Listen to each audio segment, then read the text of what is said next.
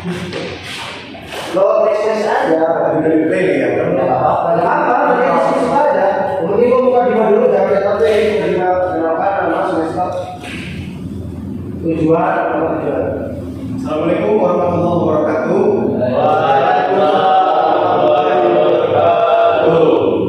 Nama saya Dr. Ariska. Saya dari semester 5 dengan nomor NPM 2022015.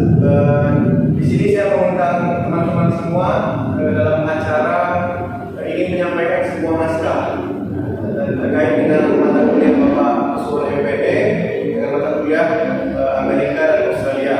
Namun yang fokus yang akan saya bahas yakni terkait dengan masalah sejarah Amerika Serikat. Nah, sebelum itu apakah teman-teman semua betul-betul bersedia untuk mengikuti penyampaian naskah yang akan saya sampaikan ini? Insya Allah bersedia. Sedia ya? Dan semoga kedepannya kita semua mendapatkan pahala, mendapatkan ganjaran untuk kedepannya atas kesediaan waktu yang telah diberikan. Oke, baik, di sini saya ingin menyampaikan materi yang pertama, yakni ditemukannya benua Amerika Serikat. Ya, jadi saya agak sedikit baca. Menurut para ahli, beberapa bangsa yang mengembangkan peradaban tertua di benua Amerika Serikat itu berasal dari daratan Siberia di Rusia yang menyeberang melalui Selat Bering ketika itu masih sempit. Ya, kisaran yang mereka tempuh adalah orang-orang berjumlah 20.000 sampai dengan 50.000 tahun yang lalu. Nah, berdasarkan temuan arkeologis yang diperkirakan bahwasanya mereka itu berasal dari berbagai suku bangsa. Yang pertama datang dari benua Amurian yang memiliki ukuran tubuh yang lebih pendek, kemudian orang Eropa yang kemudian lagi disusul oleh orang bangsa yang memiliki ras Mongolia yang datang pada kira-kira awal abad Masehi. Nah, jadi ditemukannya benua Amerika Serikat itu agak cukup beragam, ya, karena yang menemukan bukan hanya satu orang, bukan hanya dari satu suku, bukan hanya dari satu ras ataupun agama, tapi ada dari berbagai kalangan suku yang menemukan. Nah, dan yang paling mencolok tadi telah disebutkan, yakni ada orang-orang yang berasal dari Mongolia, kemudian orang-orang yang berasal dari bangsa Amrian, ya. Tadi agak sedikit saya baca, kalau bangsa Amrian ini memiliki postur tubuh yang agak sedikit pendek. Nah, maka dari sinilah kemudian kita bisa mengambil sebuah kesimpulan bahwasanya benua Amerika Serikat itu cukup luas dan tidak hanya orang satu yang menemukannya. Dan mungkin kalau sekarang banyak sekali spekulasi yang muncul karena ada berbagai banyak anggapan terkait dengan penemuan daripada benua Amerika Serikat tersebut. Nah, kemudian yang kedua, sejarah kemerdekaan Amerika Serikat. Tokoh penting atas sejarah Amerika Serikat mendarat di benua Amerika. Tokoh tersebut adalah Christopher Columbus.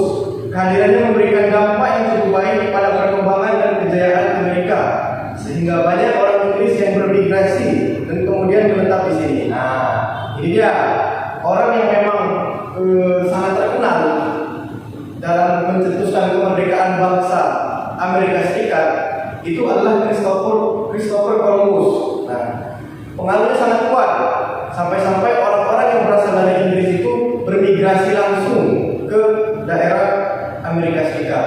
Maka jangan heran ketika ada orang Amerika Serikat yang memang bisa dibilang di dalam negara tersebut banyak sekali orang-orang yang bisa dibilang beda daripada sukunya, beda daripada rasnya, dan juga beda dari segi kepercayaannya.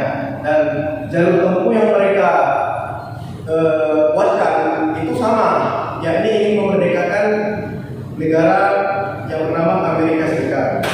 Kemudian yang kedua, permasalahan di Amerika Serikat. Ketika terjadinya revolusi, kondisi Amerika Serikat mulai memburuk. Banyak permasalahan internal yang membuat Amerika Serikat mulai berantakan. Adanya perbudakan, sengketa dan di dalam negara lain. Permasalahan internal dengan negara bagian dan perpecahan yang terjadi di negara bagian. Hingga pada puncaknya terjadi perang saudara yang terjadi di Amerika Serikat. Perang tersebut terjadi di Amerika bagian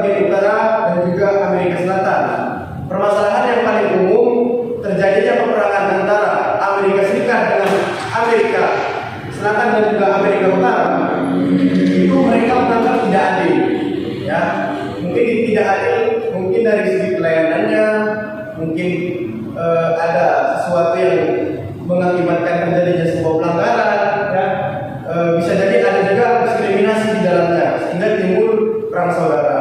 Nah, setelah perang saudara tersebut, maka Amerika Serikat mampu bangkit dalam waktu yang cukup singkat hingga pada abad ke-20 negara satu ini mampu menjadi poros dunia untuk segala bidang yang paling mencolok dalam pertumbuhannya itu di bidang ekonomi yang bisa dikatakan bisa menjadi salah satu bidang yang membuat Amerika Serikat melambung namanya. Nah, jadi pelajaran yang bisa kita ambil ketika suatu negara itu memiliki sebuah permasalahan yang cukup amat serius, apalagi ketika perang tersebut terjadi dengan status perang saudara, maka yang paling kita ambil contoh teladan daripada Amerika Serikat ini, mereka mampu untuk meyakini kepada masyarakat-masyarakatnya untuk bisa menempuh jalur damai.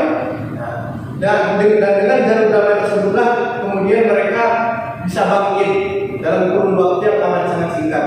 Hingga kemudian kebangkitan tersebut ditandai dengan meningkatnya kemudian cukup besarnya pertumbuhan ekonomi yang mereka alami, sehingga pada saat itu juga Amerika Serikat menjadi kiblat bagi seluruh dunia untuk bisa mencontoh dari kejadian-kejadian yang mereka alami. Kemudian yang ketiga, yaitu hubungan Amerika Serikat dan Indonesia dari zaman kuno hingga zaman kontemporer.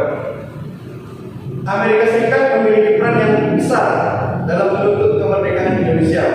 Adanya perang dingin bersamaan dengan Republik Indonesia yang menunjukkan biasanya dalam menekan ancaman komunis internal seperti peristiwa Madiun tahun 1948. Kebijakan luar negeri Amerika Serikat terhadap Indonesia sejak tahun 1940-an itu terus mendukung bangsa Indonesia untuk menghindari berkembangnya komunisme.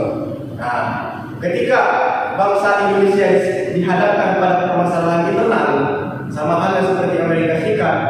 Nah, kalau permasalahan yang dialami Indonesia pada saat itu, mereka berusaha untuk membasmi paham komunisme.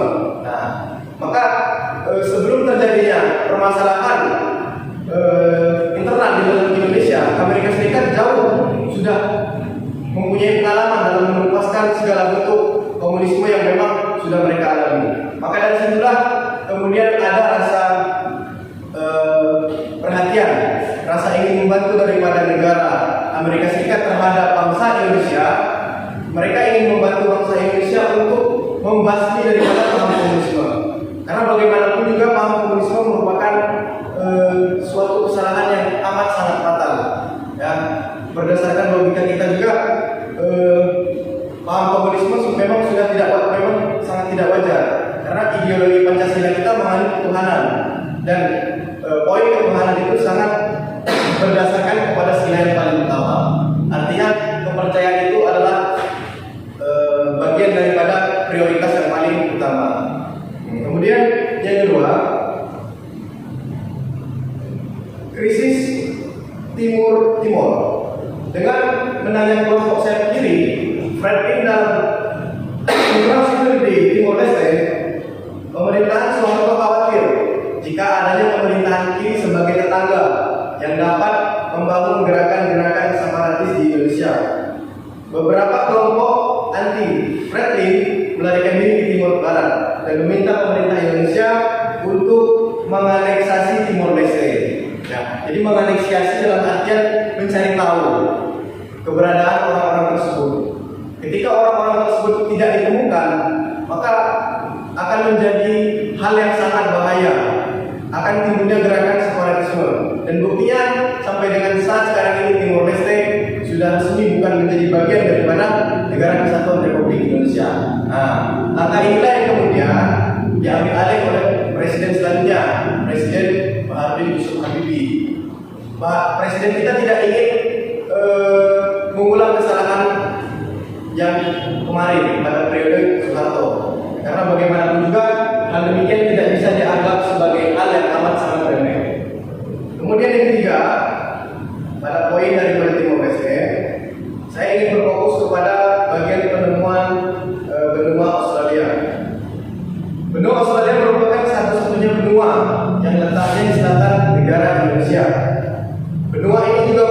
satu-satunya benua yang terdiri dari satu negara, yaitu Australia, di mana Canberra sebagai ibu kotanya, dan terdapat catatan sejarah yang menceritakan adanya kapal Belanda yang pernah singgah pertama kali di Australia, yakni bernama kapal Dave yang dikomandoi oleh William Jones. Awal inilah yang membuat Jones disebut sebagai orang Eropa yang berhasil menemukan Australia. Ya, jadi sama halnya seperti Amerika Serikat, bahwasanya bukan orang asli yang menemukan daripada benua Australia, melainkan orang-orang yang memang memiliki pengalaman penuh dalam hal pelayaran, dan pelayaran tersebut dan juga benua Australia tersebut itu ditemukan oleh orang Eropa yang bernama Jones. Jones inilah kemudian yang menjadi sebuah pelopor, bapak pelopor dalam penemuan benua Australia. Nah, kemudian sejarah terbentuknya Federasi Australia. Federasi Australia adalah proses di mana 6 koloni terpisah dari Inggris.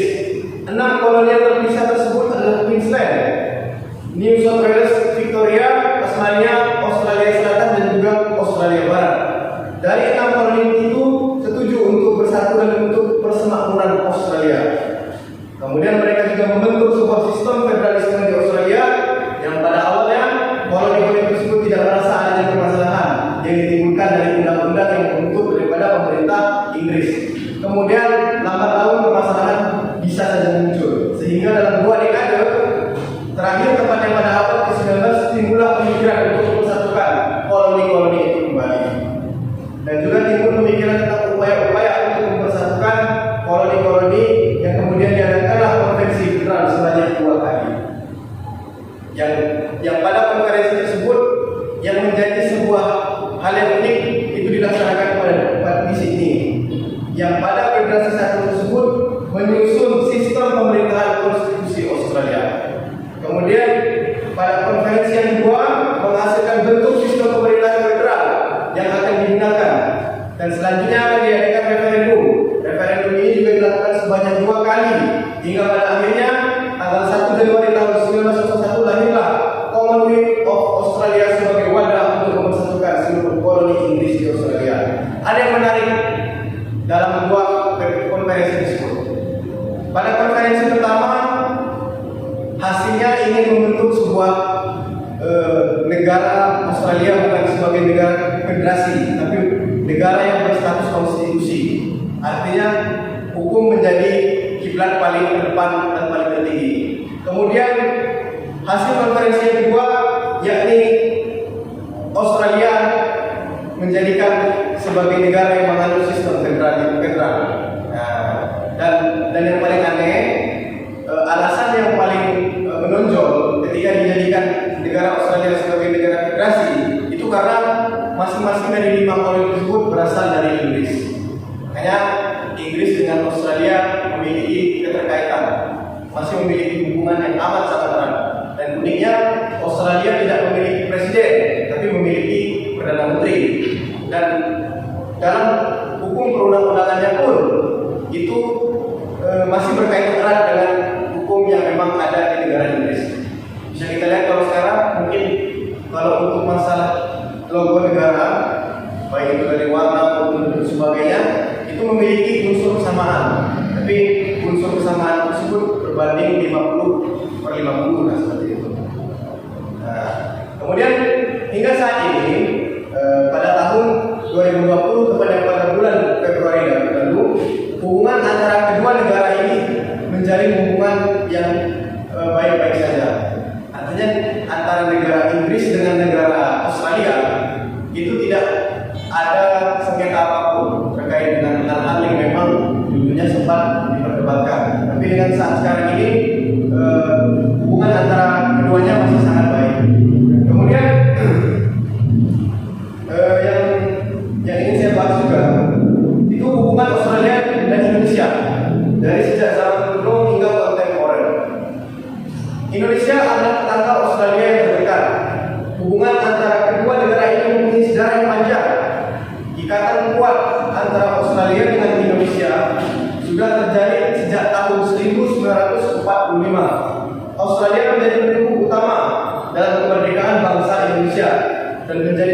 pertama juga mengirimkan misi diplomatik untuk bertemu dengan Presiden Soekarno. Kalau enggak, sejarah 70 tahun kedua negara dimulai saat Soekarno memilih Australia untuk mewakili Indonesia dalam diskusi-diskusi tingkat PBB yang akhirnya berujung pada pengakuan kemerdekaan Indonesia pada 27 Desember tahun 1949. Ya, jadi sama halnya seperti Amerika Serikat tadi, bahwasanya kalau Amerika Serikat membantu untuk menumpaskan komunisme ketika Indonesia sedang dihadapkan dengan permasalahan komunisme, maka Australia juga berusaha penuh untuk bisa menjadikan negara Indonesia sebagai negara yang merdeka.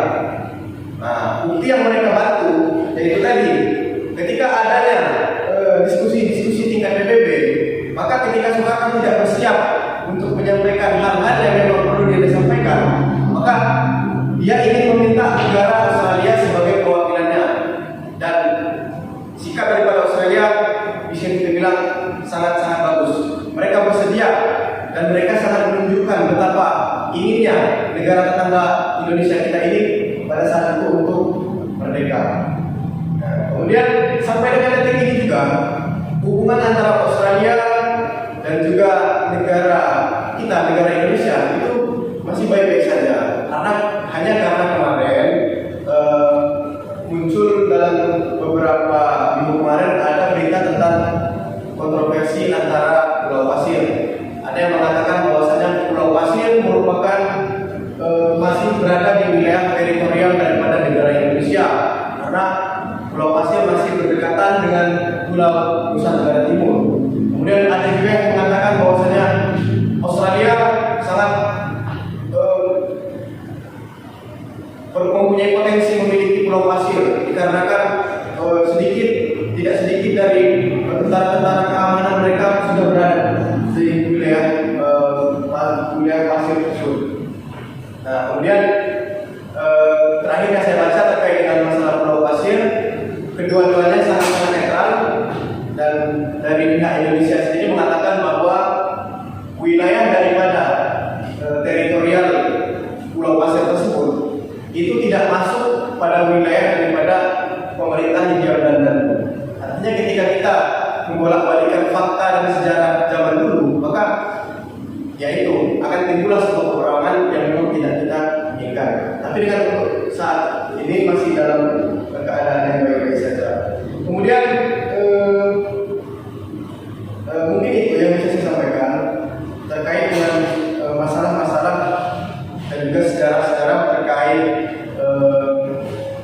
terbentuknya benua Amerika Serikat, siapa penemunya, kemudian bagaimana prosesnya, kemudian orang-orang yang menemukan siapa saja, kemudian bagaimana juga peran daripada Amerika Serikat ketika membantu melepaskan paham komunisme khususnya di Indonesia, dan kemudian juga Australia yang tidak kalah penting juga, mereka juga selalu sigap dan siap dalam membantu proses kemerdekaan kita pada saat itu, dan pembuktian yang mereka sudah berikan kepada negara kita sudah dijalin sejak tahun 1945. Nah, hingga mungkin yang bisa kita ambil contoh sebagai generasi penerus, bagaimana caranya kita tetap bisa menjalin hubungan baik dengan negara-negara lain. Tak terkecuali dengan negara-negara seperti negara Amerika Serikat, kemudian Amerika dan lain sebagainya. Dan yang paling penting bagi kita adalah menjaga kerukunan, tetap menjalankan apa yang menjadi tanggung jawab kita. Kemudian bagaimana caranya ideologi kita tetap utuh, dan orang-orang luar sana bagaimana mereka bisa paham apa itu ideologi kita, apa itu Pancasila, bagaimana setiap makna dari 1 sampai dengan 5-nya. Kemudian bagaimana konsep dunia perhukuman, yang memang negara Indonesia ini merupakan negara konstitusi, bukan negara federalisasi, ya. Dan harapan kita untuk kedepannya kita mampu untuk bisa menjaga dan mengharumkan nama baik negara kesatuan Republik Indonesia. Mungkin sekian penyampaian nasihat saya. Kurang dan lebihnya saya mohon maaf. Kepada Allah saya mohon ampun. Akhir kata, wassalamualaikum warahmatullahi wabarakatuh.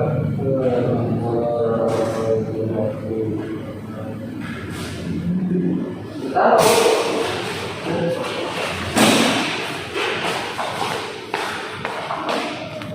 20 menit.